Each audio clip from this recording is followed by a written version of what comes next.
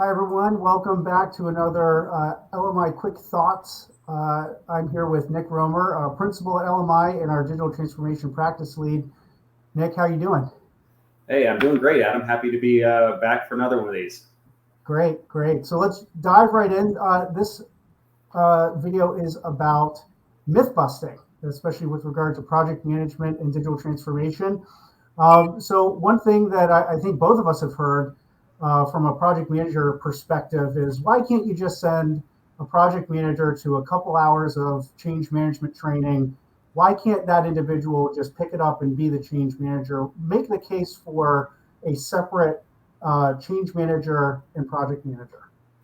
Yeah, no, thanks, Adam. And I'll just start with saying, I love technology, but today I'm focusing really on the people and the organizational aspect of digital transformation, not because the technology elements aren't important, but because the people and the organizational aspects often just don't get the attention it deserves, and it's really a key risk factor. So why can't the project manager be the change manager? So there are aspects of managing the changes that a project manager can typically pick up, right? If you take a 3-day change training, you can get the general idea of what types of general activities should occur, right? I should have a change plan. I should identify and support strong sponsorship. I should engage with stakeholders. I should manage resistance. I should communicate and coach. All good things, all good things. I can't recommend enough to project managers in general to take the training. And same goes for communications professionals and training professionals.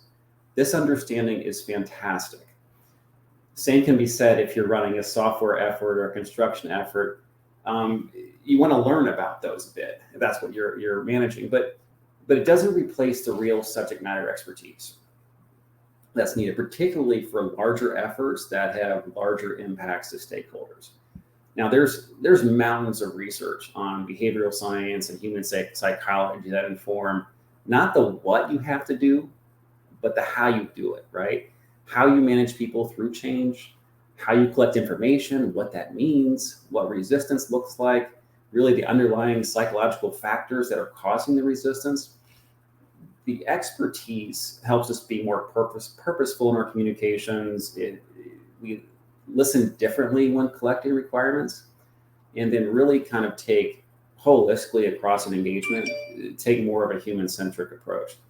So an example when I haven't seen this work well, I was supporting one of my government's clients. This was a few years back, so not too long ago. Large timekeeping system was being implemented, and we were about 2 months out from implementation. There was a change plan.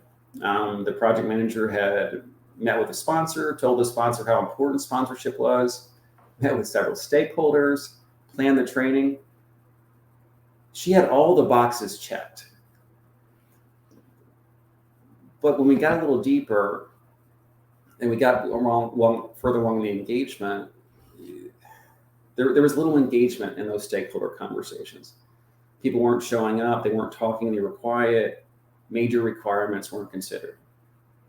For training, it ended up being general vendor training that really wasn't applicable to certain user groups and what they cared about. So it caused more resistance in the system.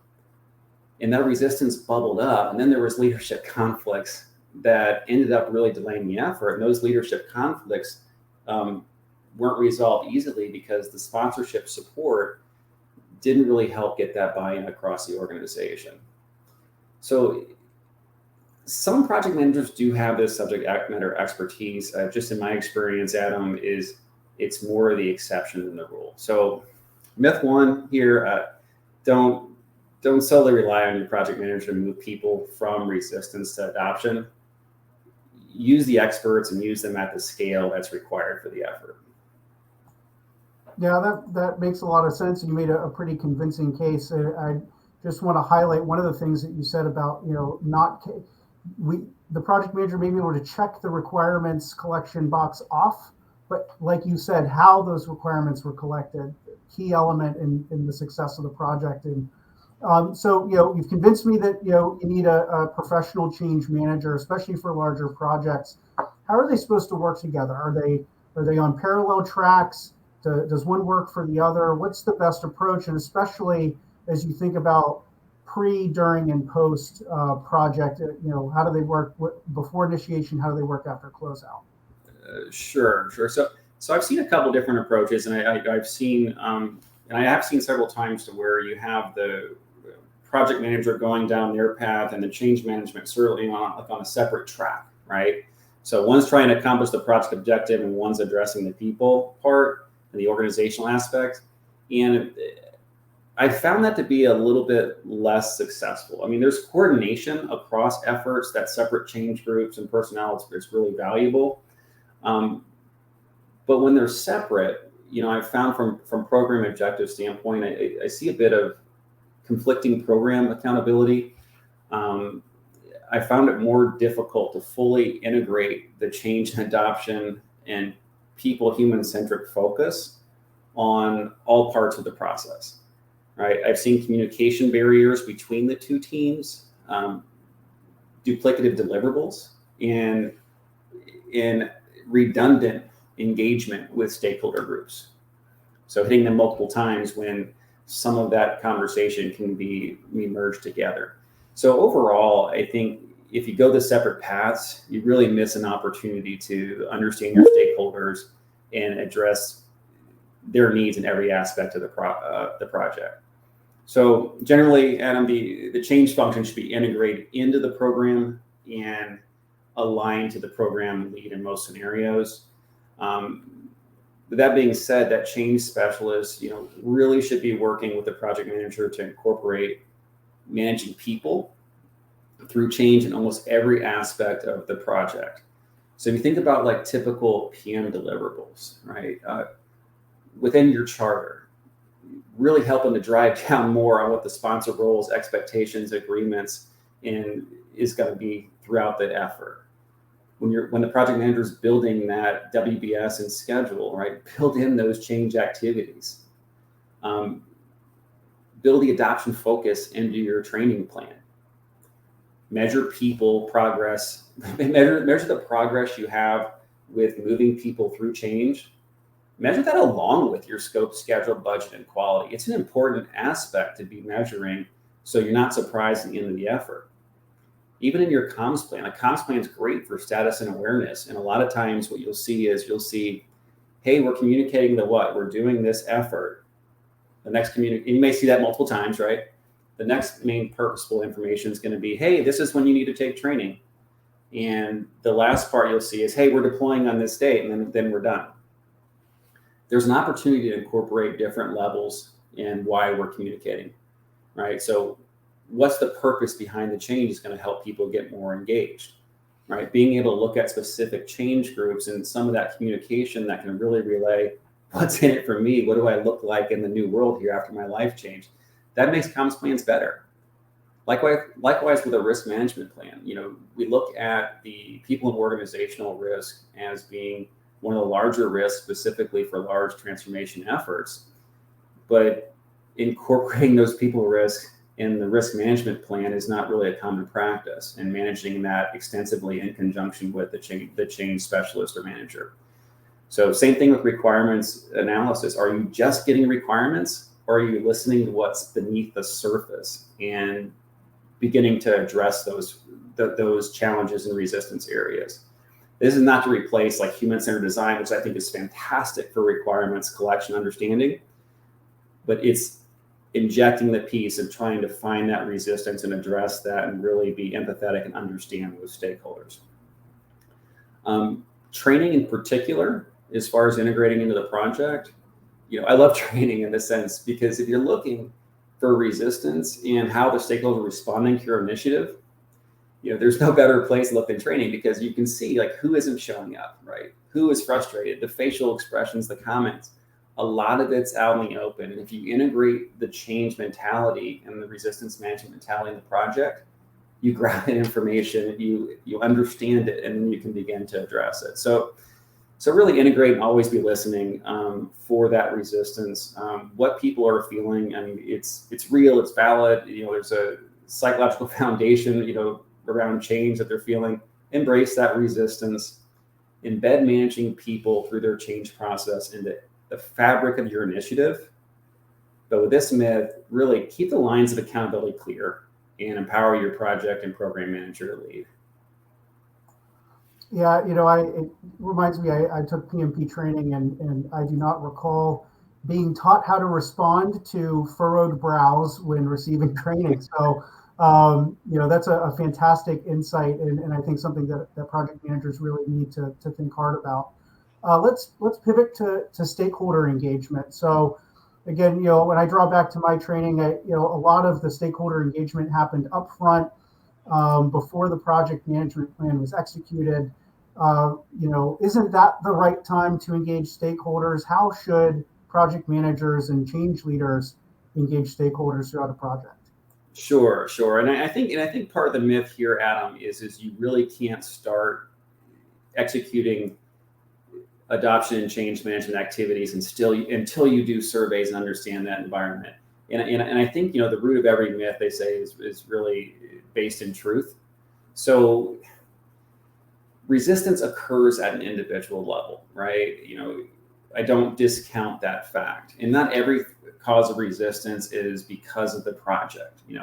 It can be, I've had bad interpersonal relationships with this individual. There's a trust issue with leadership. I've got something going on at home. I'm trying to get promoted. I'm retiring in 3 years, right? So I'm not going to be here when it's done. All those things are there. And it's true, you need to consider those and try to uncover those through the course of the effort. But it's also true that it takes a different amount of time for people to process and accept change. And the sooner you start, the better the results. So when you think about digital transformation, we can predict and proactively address many likely sources of resistance with these initiatives before they start. And the reason you can do that in the digital space is there's a lot of similar, despite all the movement, predominance of the efforts, there's similar change types, right? So you see a consolidation of redundant applications, so application rationalization efforts, for instance. You have legacy system modernizations, you have cloud migrations, you have organizational changes from transitioning from waterfall to agile to the DevSecOps worlds, right? You have a similar change types that often have similar stakeholder groups in an organization, right? You have your end users, you have your, on the technology side, your infrastructure team, cyber ops, and your apps team, and your application development team. So similar changes, similar stakeholder groups, and often you're going to see similar impacts. So for example, if we're doing a cloud migration, less impact on the end users, more impact on your infrastructure and operations team. So you can start to plan for that and execute and manage that resistance right at day one. You don't have to send a survey to get to start being active, right? You're going to send one, you're going to try to collect and engage, but you can start action right away. So we can plan for that before it even starts, right? There's going to be these individual organizational and cultural resistance barriers, and they're going to evolve throughout the course of the project, right? Some are not there at day one, or be there at day 30, 60, and 90. But we can get ahead by addressing the likely areas that we know. So resistance and adoption management, it can be proactive. Yeah, and I'm curious if you could just expand a little bit more on after the project is closed. So, should an organization stop thinking about change management after, say, the building is built or the software is deployed? How should organizations think about that? No, you shouldn't. I mean, it still takes time after deployment, and people go back and forth in their change process, and the degree starts to minimize over time. But post deployment, you're going to see the signs of resistance. Maybe you missed post deployment. One of the places I love to look there, especially with a large system deployment, is how did my service ticket volume increase? Right? Is this easy stuff? Right? This may not always be a lack of training or ability or interest, right? This is a sign of resistance. So there's still things that you need to do after the effort to continue to get that buy-in until it's really ingrained into the fabric of your organization. It's not indefinite, but it is for a period of time post-deployment. Yeah, that makes a lot of sense. We have a few more minutes. Personal prerogative. I'm going to ask a fourth myth question, and something that I've experienced in a few organizations. A leader spends a lot of money, time, material deploying something that they've decided with their senior management team the organization needs, and they simply order the organization to adopt the thing that they've bought. Why can't leaders simply tell subordinates to change? Yeah, and I'm going to use a Jurassic Park example on this one, Adam, where life will, just like life will find a way, resistance will find a way, right? Just because it's commanded and it's mandated you're going to do it doesn't mean it's not going to pop up someplace else, right? It's how, it's the engagement in your requirement sessions. It's the effectiveness of the training. It's those service desk tickets that I talk about. It's creating side systems, right? It's continually trying to, in some cases, sabotage or delay the efforts. They don't have to engage in the change because they think, sometimes honestly think it's just something that's going to have a negative impact on their mission. But it's going to find a way. It's got to be addressed. And that's why it's such a big risk factor in really any successful digital transformation effort. So then when I think about digital transformation in just the environment, there's a lot of innovation and disruptive technology, and it's only increasing, right? The winners are the ones that can take advantage of it and bring their people and organization along with them. So really, learn to change faster and innovate and modernize at the pace of that change. Yeah, that makes a lot of sense too, and I think that's an important element as leaders look to solving mission problems. They need to constantly be thinking about how is this going to impact my people, and how can I sell it, right?